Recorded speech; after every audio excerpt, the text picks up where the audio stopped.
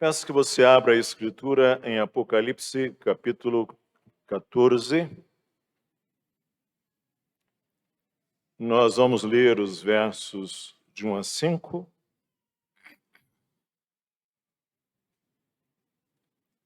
Apocalipse, capítulo 14.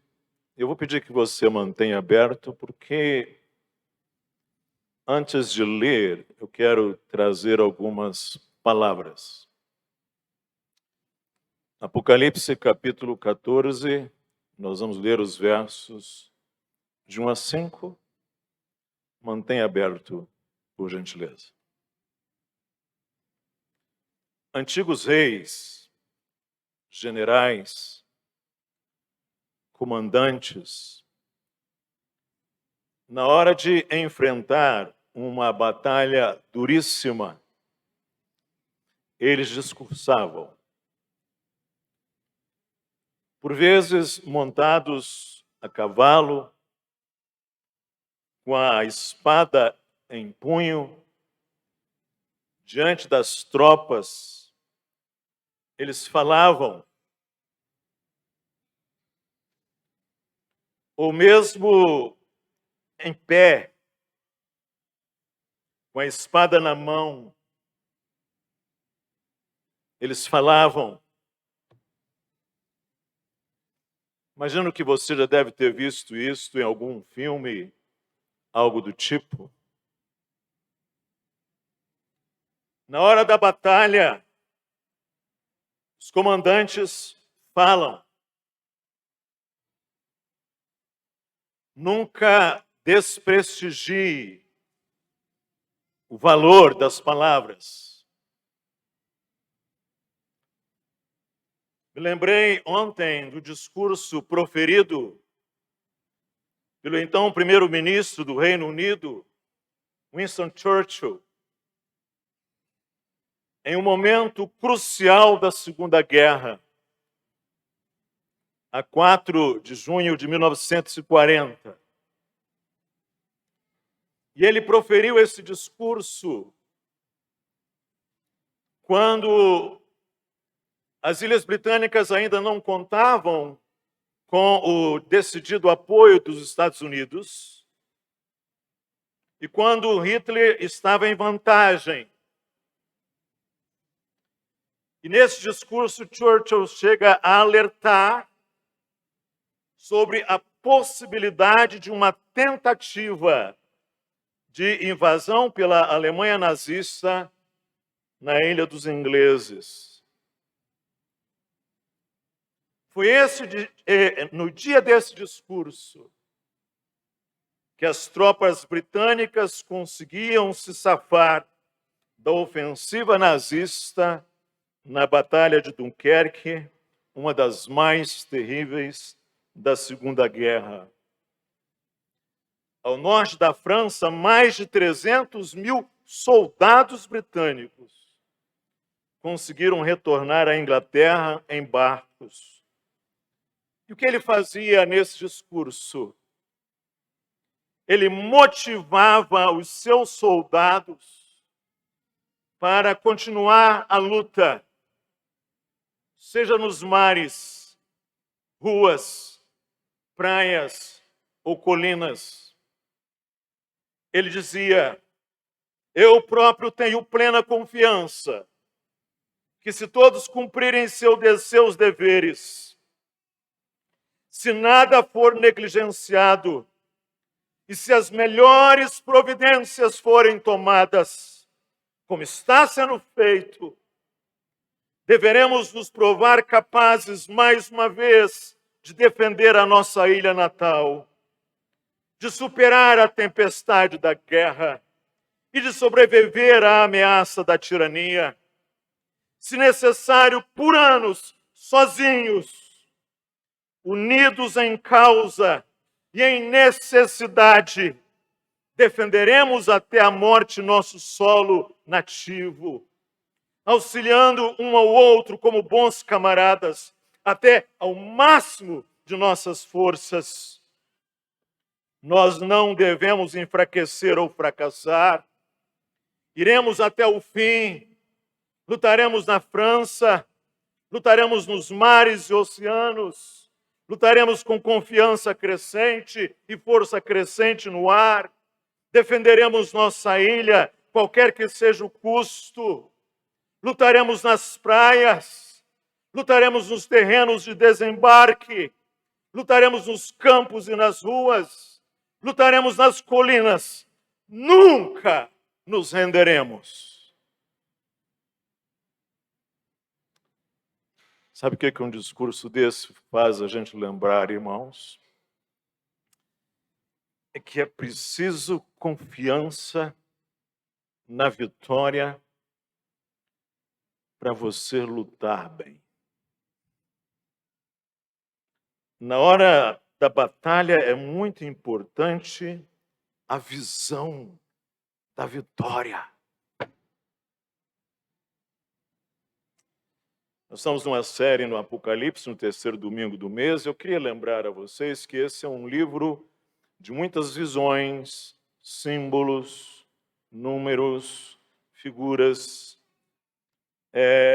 números simbólicos. E também um livro de característica muito peculiar. Por isso, há interpretações diferentes para eles. E eu preciso fazer um reconhecimento de que, mesmo crentes muito capazes, fiéis e piedosos, têm sustentado diferentes interpretações. Mas vocês já devem ter percebido que o meu interesse com esse livro não é meramente especulativo, não é meramente trazer curiosidades, é termos o nosso foco no Cordeiro. Por isso dei a essa série o título Digno é o Cordeiro. E onde estamos aqui? Anteriormente se fala das trombetas, se fala do dragão,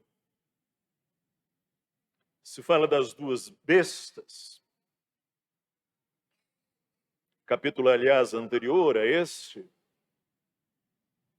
E o dragão usa a besta e esta usa a segunda besta. E o capítulo 13, verso 8 diz: adorá-la-ão aqueles cujos nomes não foram escritos no livro da vida do Cordeiro que foi morto antes da fundação do mundo. E disse que a besta que emerge da terra faz que lhe seja dada certa marca sobre a mão direita ou sobre a fronteira, para que ninguém possa comprar ou vender, senão aquele que tem a marca, o nome da besta ou o número do seu nome, e o número é 666. E assim você tem muitos números nas Escrituras. Lá atrás, quando a gente viu Cristo lá, indo à direita do que está sentado no trono, apanhar o rolo e desatar os 7 selos, diz que havia 12 anciãos lá, rodeando. 12 mais 12, 24. 24 anciãos. Isso é representativo. Em Apocalipse capítulo 21, quando se fala da cidade, futura cidade, versos 16, 17, diz que a cidade é quadrangular, de comprimento e largura iguais, igual o Santo do Santo lá no templo. Ele era, na verdade, não apenas um quadrado, ele era um cubo perfeito, um cubo. E mediu a cidade com a vara até 12.000 estádios. O seu comprimento, largura e altura são iguais. E ele mediu também a sua muralha, 144 côvados. Ou seja, 12 vezes 12, 144, medida de homem, isto é, de anjo. Aí, se você voltar ao capítulo 7, se diz algo interessante. tocou a sexta trombeta, mas antes de tocar a sétima trombeta, alguém disse para o anjo parar e não tocar. Que primeiro era necessário selar, que os anjos lá dos quatro cantos não fizessem dano às árvores, à vegetação, em nada, até que se selasse os 144.000. Diz lá, nos quatro cantos da terra, que não se fizesse qualquer dano, até selarmos na fronte os servos do nosso Deus, e o número era de 144.000, ou seja, 12.000 de cada uma das 12 tribos de Israel. Eu volto a isso daqui a pouco. E aí você tem lá esse número 144, 12 vezes 12 vezes 1.000. Não preciso nem dizer que nós não deveríamos fazer disso aqui uma leitura rigorosamente literal. Esse número tem razões, tem seu símbolo, tem seu significado, mas nós não deveríamos ser assim literais. Isso tem símbolos. Há uma grande conhecida seita que tomou este número literalmente e depois arranjaram problemas. Eles se achavam esses 144.000, e depois, quando chegaram a 144.000, precisaram fazer uma engenharia matemática. Então, é bom tomar cuidado com esses literalismos muito rígidos. Se tem aqui claramente é um grande número definido e abrangente. Eu peço agora que você leia comigo, acompanhe a leitura que farei, de Apocalipse capítulo 14, de 1 até 5. Olhei, e eis o Cordeiro em pé sobre o monte Sião, e com ele 144.000, tendo na fronte escrito o seu nome, e o nome do Cordeiro, e o nome de seu Pai. Ouvi uma voz do céu, como voz de muitas águas, como voz de grande trovão. Também a voz que ouvi era como de arpistas, quando tangem a sua harpa. Entoavam um novo cântico diante do trono, diante dos quatro seres viventes e dos anciãos. E ninguém pôde aprender o cântico, senão os 144.000 que foram comprados da terra. Estes são os que não se macularam com mulheres, porque são castos. São eles os seguidores do Cordeiro por onde quer que vá. São os que foram redimidos dentre os homens, primícias para Deus e para o Cordeiro. E não se achou mentira na sua boca. Então você tem 144.000 que estão lá junto do Cordeiro, que está em pé sobre o monte, e há um grande canto e harpas e relâmpagos e trovões, uma grande voz, e eles entoavam um novo cântico diante do trono, diante dos quatro seres viventes e dos anciãos, que já vimos lá atrás, e ninguém pôde aprender o cântico, senão os 144.000 que foram comprados da terra.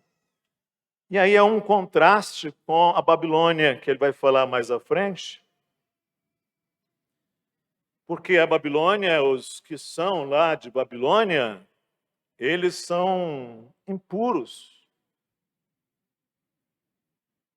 Eles são promíscuos. ela mesma é uma meretriz. Mas eles aqui não, eles são puros, castos. E eles se distinguem por serem seguidores do Cordeiro por onde quer que vá.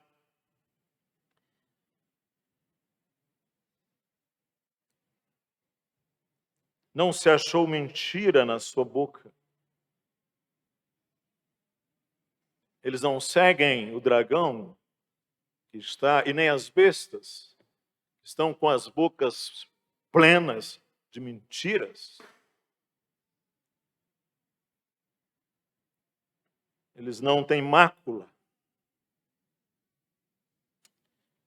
Claro, há duas interpretações principais que, por suas vezes, subdividem em duas variações. Eu vou apenas referi-las, porque não é meu intento aqui ficar trazendo esses aspectos. Mas a primeira interpretação, bastante nobre, bastante respeitável, é que já houve o arrebatamento da igreja e o novo calendário se reinicia e estaremos aqui na grande tribulação. E estes aqui são os judeus selados, porque estaria se referindo àquelas 12 mil lá, literalmente 144, não literalmente no número, mas das 12 tribos de Israel. Essa é uma interpretação.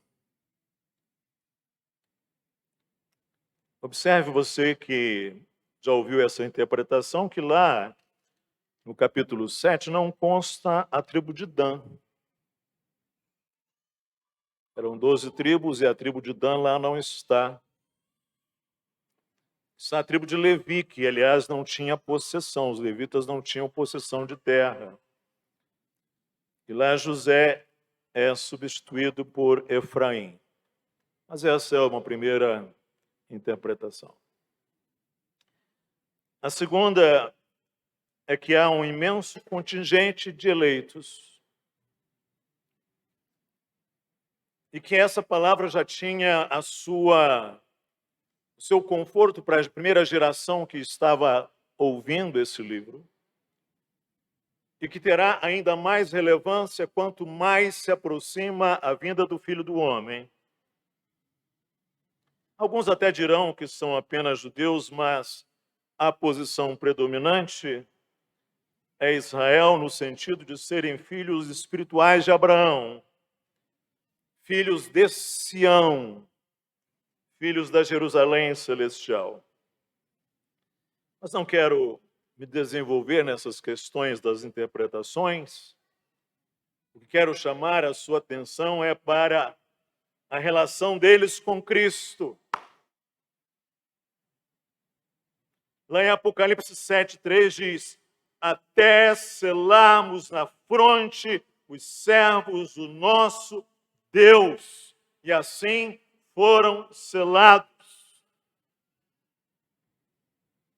E aqui você veja no versículo 1, eles tinham escrito na testa, não o nome e não o número da besta, mas eles tinham escrito na testa o nome do Cordeiro e o nome de seu pai.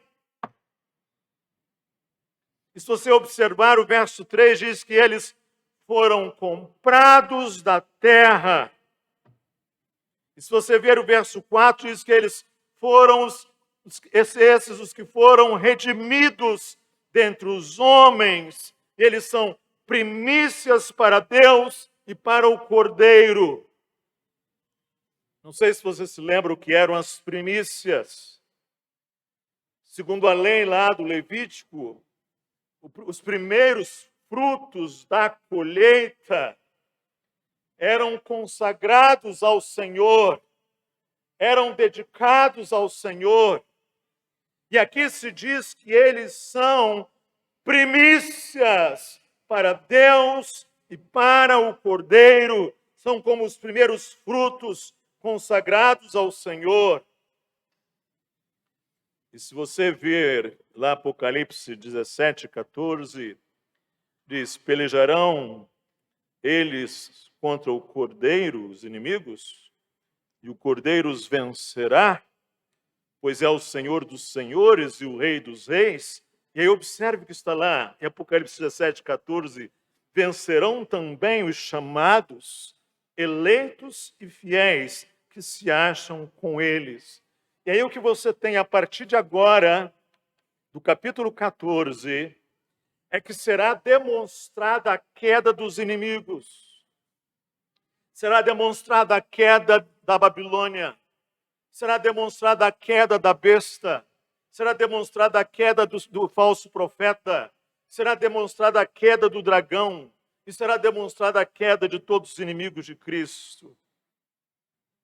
E aqui se diz que são os chamados, eleitos e fiéis que se acham com Cristo.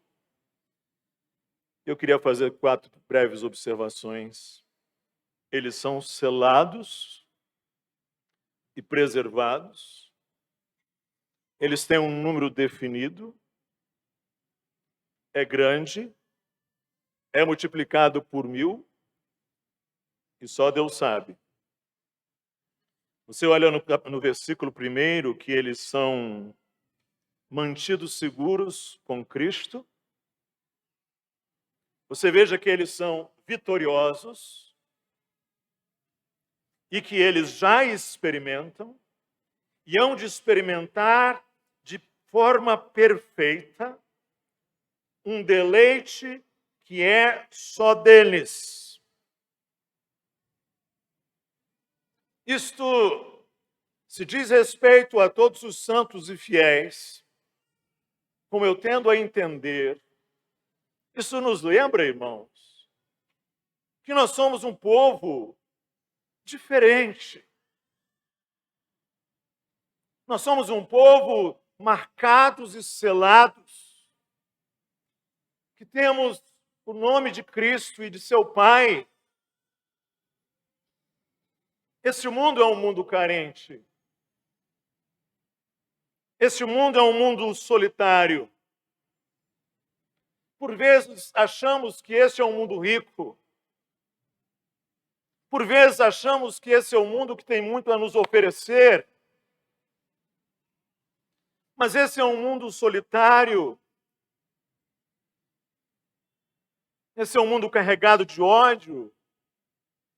Esse é um mundo cego. Esse é um mundo triste. Esse é um mundo que despersonifica os seres humanos. Esse é um mundo que nivela por baixo os seres humanos, que não os eleva. Existe um filme de David Lynch chamado O Homem-Elefante, baseado em um livro. É um filme que talvez pessoas muito sensíveis devessem até evitar. Ele é baseado na história de um homem que viveu no final do século XIX. É baseado numa história real.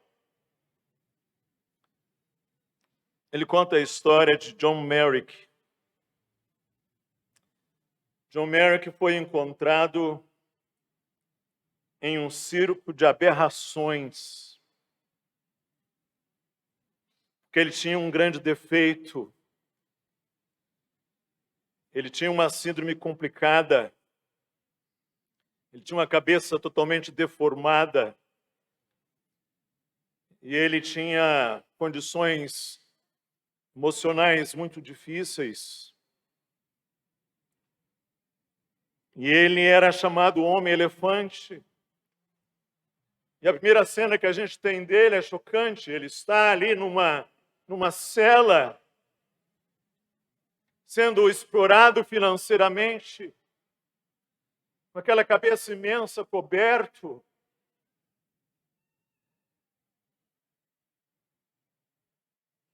Sendo, por vezes, chicoteado e chamado Homem-Elefante. Alguém o encontra e percebe que Na sua angústia, ele fala, é capaz de citar o Salmo 23. E é tão dramático, eu não posso contar o filme, porque isso não se faz, mas é tão dramático que a certa altura ele diga: eu não sou um elefante, eu não sou um animal, eu sou um ser humano, eu sou um homem.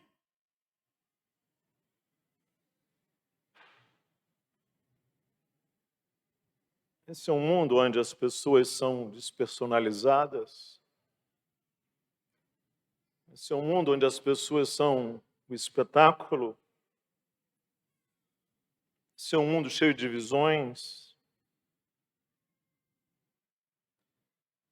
O pastor Tiago escreveu um artigo, publicou esses dias, teve a gentileza de enviar-me antes o seu manuscrito para que pudesse exprimir alguma outra impressão.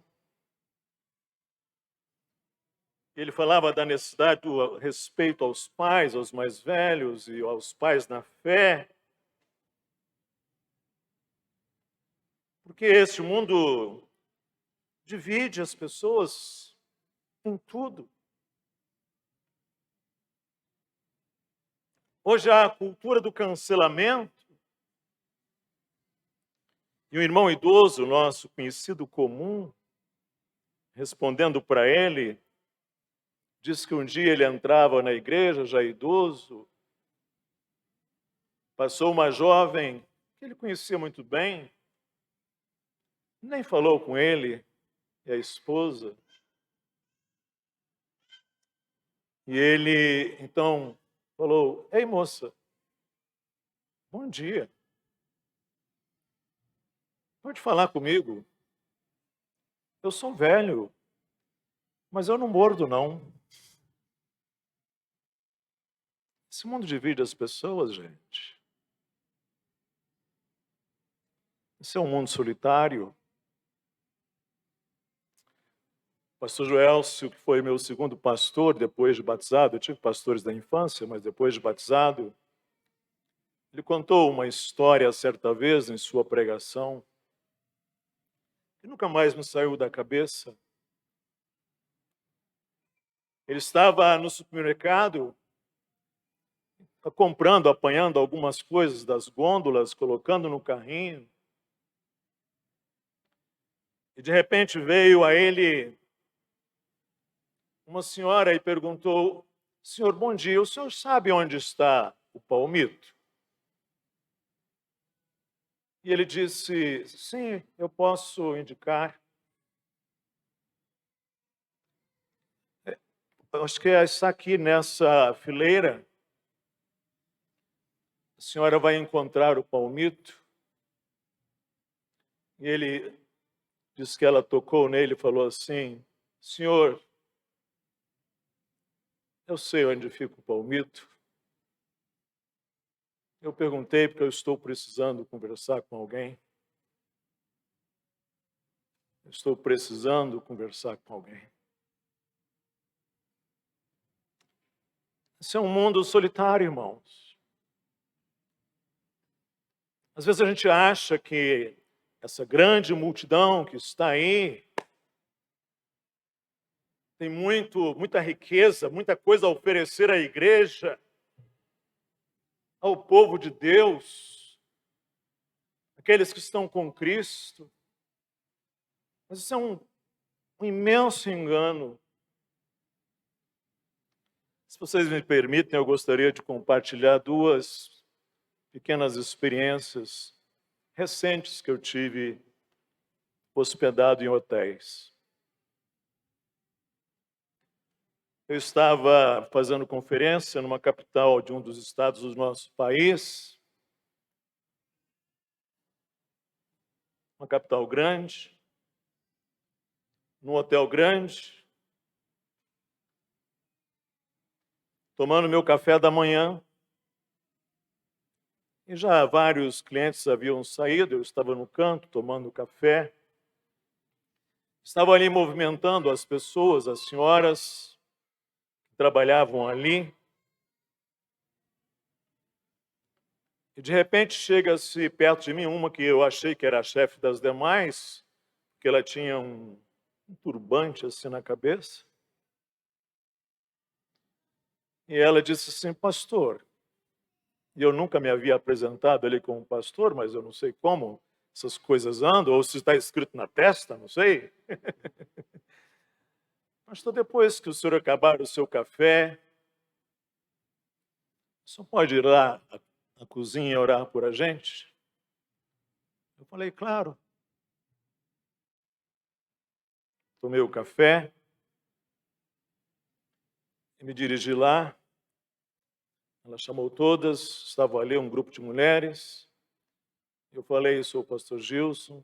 Perguntei como é o nome de cada uma de vocês. Vocês gostariam que eu orasse por vocês? Sim, a gente quer. Nosso trabalho aqui é muito difícil. As pessoas nos desrespeitam muito. As pessoas nos tratam com desprezo. As pessoas nos tratam com desrespeito. Nós temos nossos filhos, nossos maridos, nossas lutas. E a gente gostaria de pedir ao Senhor que orasse por nós. Eu dei a mão a elas. Fiz as orações como faço aqui na igreja. Procurei lembrar o nome de cada uma. Orei por elas. E sabe, irmãos, quando acabei de orar, estavam todas chorando. Todas.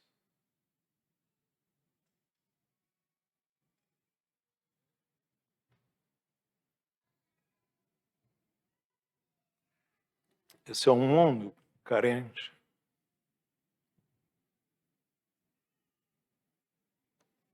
Esse mundo não tem tanto te oferecer como você acha.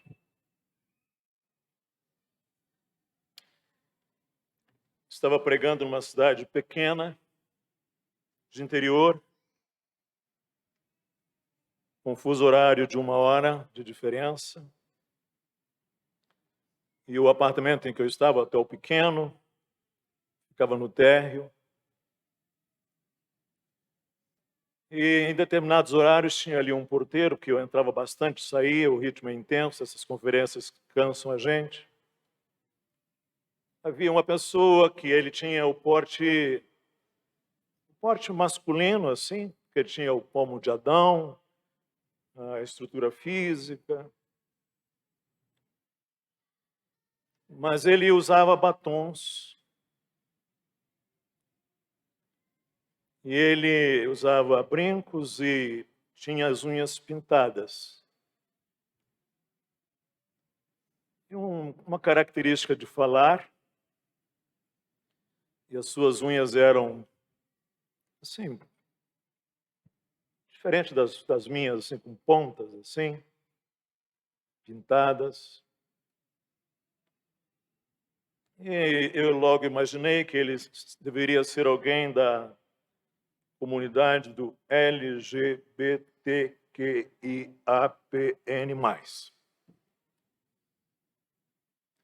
Mas, ao entrar, eu o cumprimentava. Ao sair, eu desejava bom dia.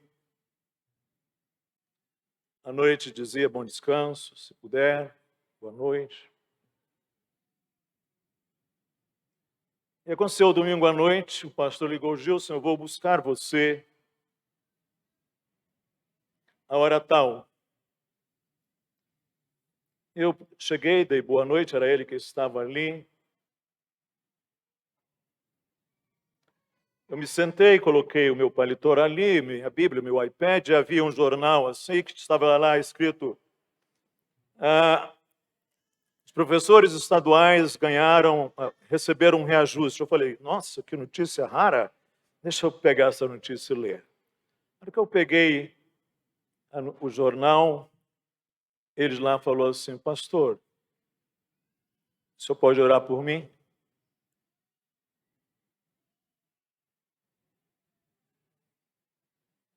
Eu me levantei, fui lá e falei, claro que posso. E me perdoe, eu acho que eu tenho sido mal educado, eu não perguntei o seu nome. Não, o senhor não tem sido mal educado. O senhor tem me tratado como gente. E uma amiga minha ontem esteve lá na igreja e disse que o senhor a cumprimentou na porta da saída. Eu não sou conhecido por esse nome, mas meu nome é esse. Eu falei, você quer que eu ore por você? Por quê? Ele disse, porque eu estou com muitos problemas. Eu simplesmente orei, referi o nome dele, orei por ele. Orei com compaixão. Não fiz absolutamente qualquer referência naquele instante, nada dessas questões que dizem respeito a gênero, sexo, nada disso. Só orei por ele. Quando acabei de orar, ele estava chorando.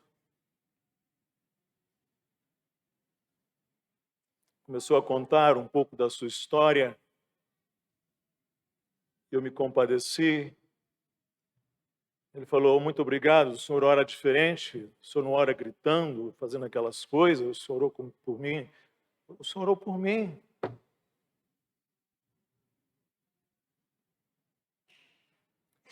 Nunca mais eu ouvi, porque quando voltei já não era mais ele. Esse mundo parece rico, irmãos, mas é pobre. E por vezes, e isso que eu quero trazer aqui, pequenos gestos, pequenos cuidados e atos de testemunhos, porque nós temos marca, nós temos selo, nós temos o Espírito, nós temos a palavra, nós temos a graça do Senhor conosco. E pequenos gestos podem redefinir o curso de algumas vidas.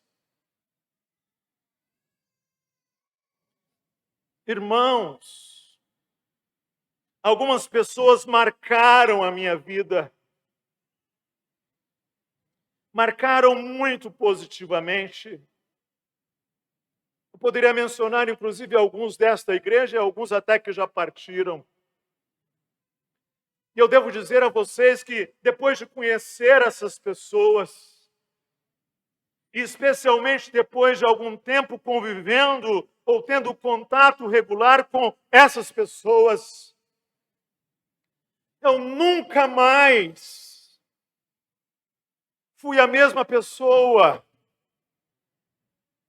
Nunca mais.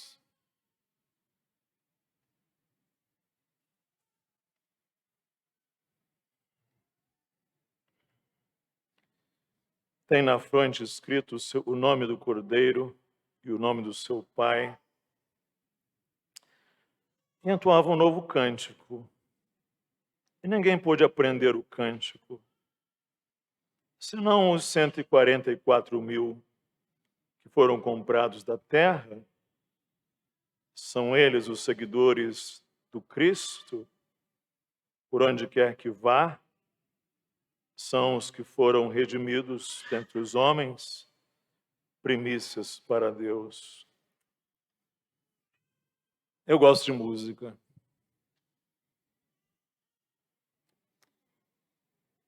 Gosto de música. E aqui se fala que eles cantam um cântico novo.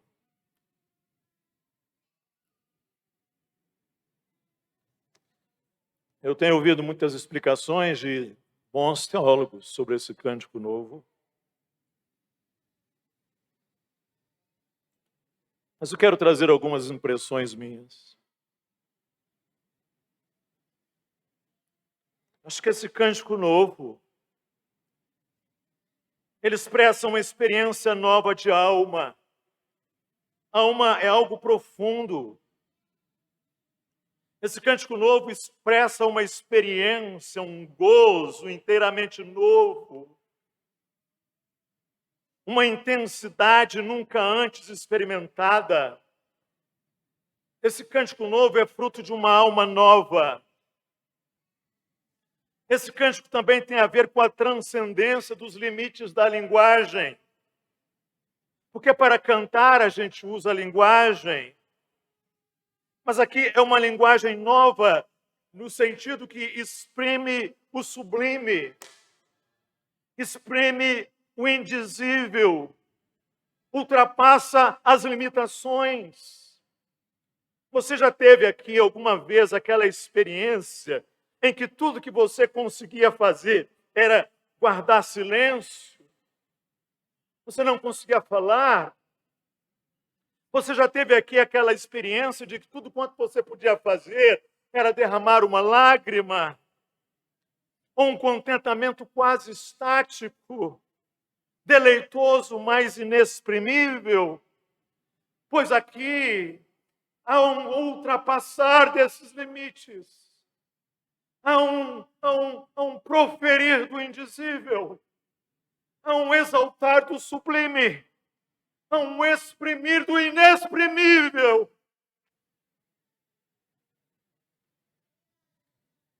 Tem uma terceira coisa. Às vezes no gabinete, eu peço para as pessoas lembrarem, para os meus atendidos lembrarem, os momentos muito especiais que eles viveram.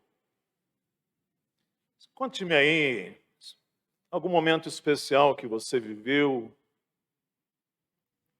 Me conte alguns. Sabe uma coisa muito curiosa?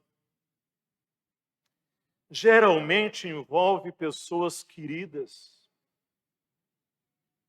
pessoas especiais, pessoas muito amadas.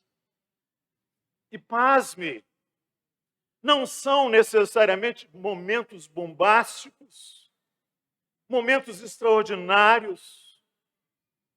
Na maioria das vezes são momentos extraordinariamente simples, com um esposo, uma esposa, um noivo, com um filho, com um neto, com um irmão, com a esposa na viagem, com a mãe que chega e olha na janela, com um entardecer com um grupo de amigos na beira da praia.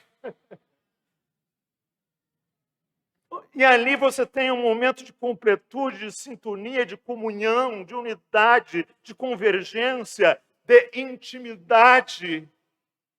E por isso elas lembram com momentos especiais, porque o pecado, irmãos, ele quebrou a nossa comunhão com o próximo.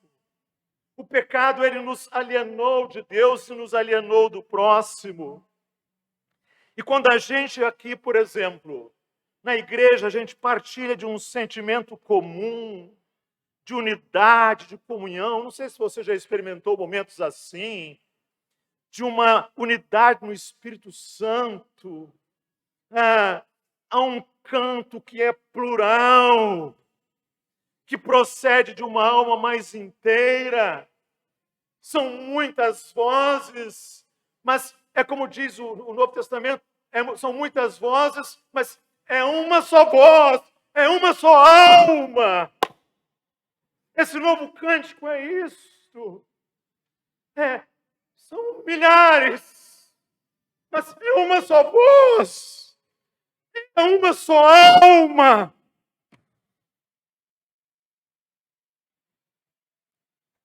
E ele é um cântico novo dos redimidos, no sentido em que não há mais nele a espera. Nós cantamos hinos bonitos aqui, muito bem escolhidos, mas todos falam de coisas que nós esperamos. No sentido de que não há agora, nesse cântico novo, mais espera, mas a concretização, a consumação. Não se tem as imposições do tempo e do espaço. Ele é novo porque já não há mais o senso de transitoriedade. Ele é novo porque não há mais o tempo, o senso de passagem, de transição, de peregrinação. Então entenda isto. Se nesta hora seu coração se encontra tomado por angústia, se nesta hora seu coração se encontra tomado de medo ou tristeza, lembre-se que hoje você vive pela fé e não pelo que você vê. Como diz o apóstolo Paulo, aliás, aos Coríntios, você vive pela fé e não pelo que você vê, mas aqui creia. Haverá um dia que você viverá, sim, pelo que você vê. Naquele dia, Cristo vai enxugar de você toda lágrima. Ele vai tirar dos seus olhos toda lágrima. E você vai experimentar a plenitude, não desse nosso cântico da transitoriedade, da espera, mas você vai experimentar a plenitude desse novo cântico. Eu caminho para a palavra então final. O verso 13, logo adiante, vai dizer: então ouviu uma voz do céu dizendo: escreve, bem-aventurados os mortos, que desde agora morrem no Senhor. Sim, diz o Espírito, para que descansem das suas fadigas, pois as suas obras os acompanham. Você já participou de funeral de crente? Daquele crente, aquele crente assim que você sabe, você tem aquela vivência com aquela pessoa, aquela coisa, tem o funeral. Sabe, as pessoas desse mundo aí, gente, que tem outra marca, que tem outra coisa, eles acham que nós somos loucos. Porque a gente canta. A gente está cheio de esperança. A gente está cheio de confiança.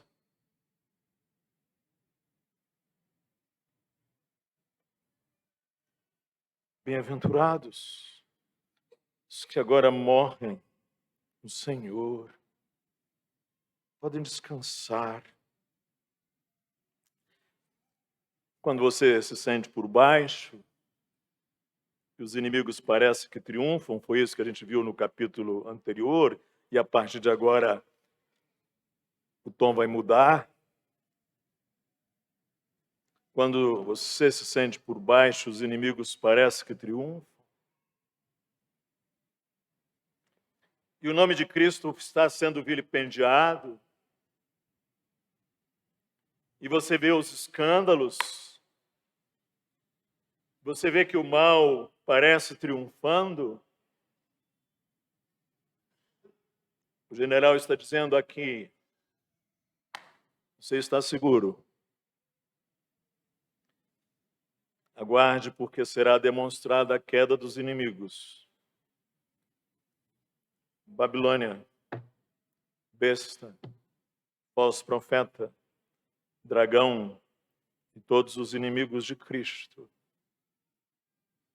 Nós não devemos nos esquecer que, embora às vezes o mal atue neste mundo, o mal orienta os filhos das trevas.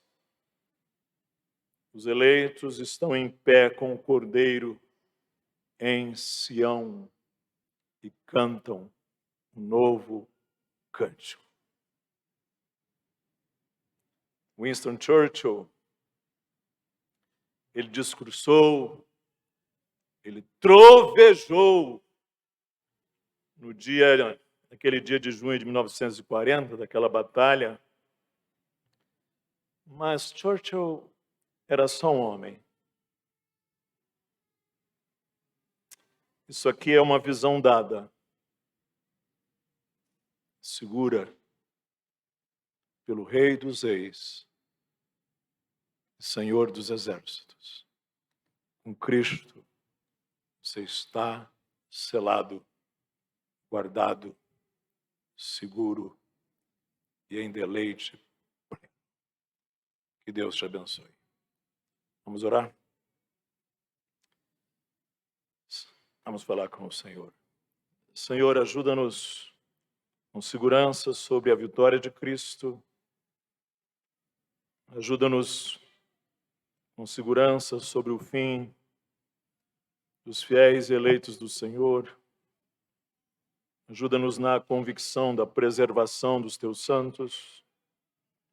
Ajuda-nos com a esperança gloriosa reservada nos céus. Ajuda-nos com a visão dos redimidos com Cristo.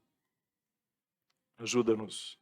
Nós precisamos disto para seguir lutando em Cristo Jesus. Amém. Irmãos.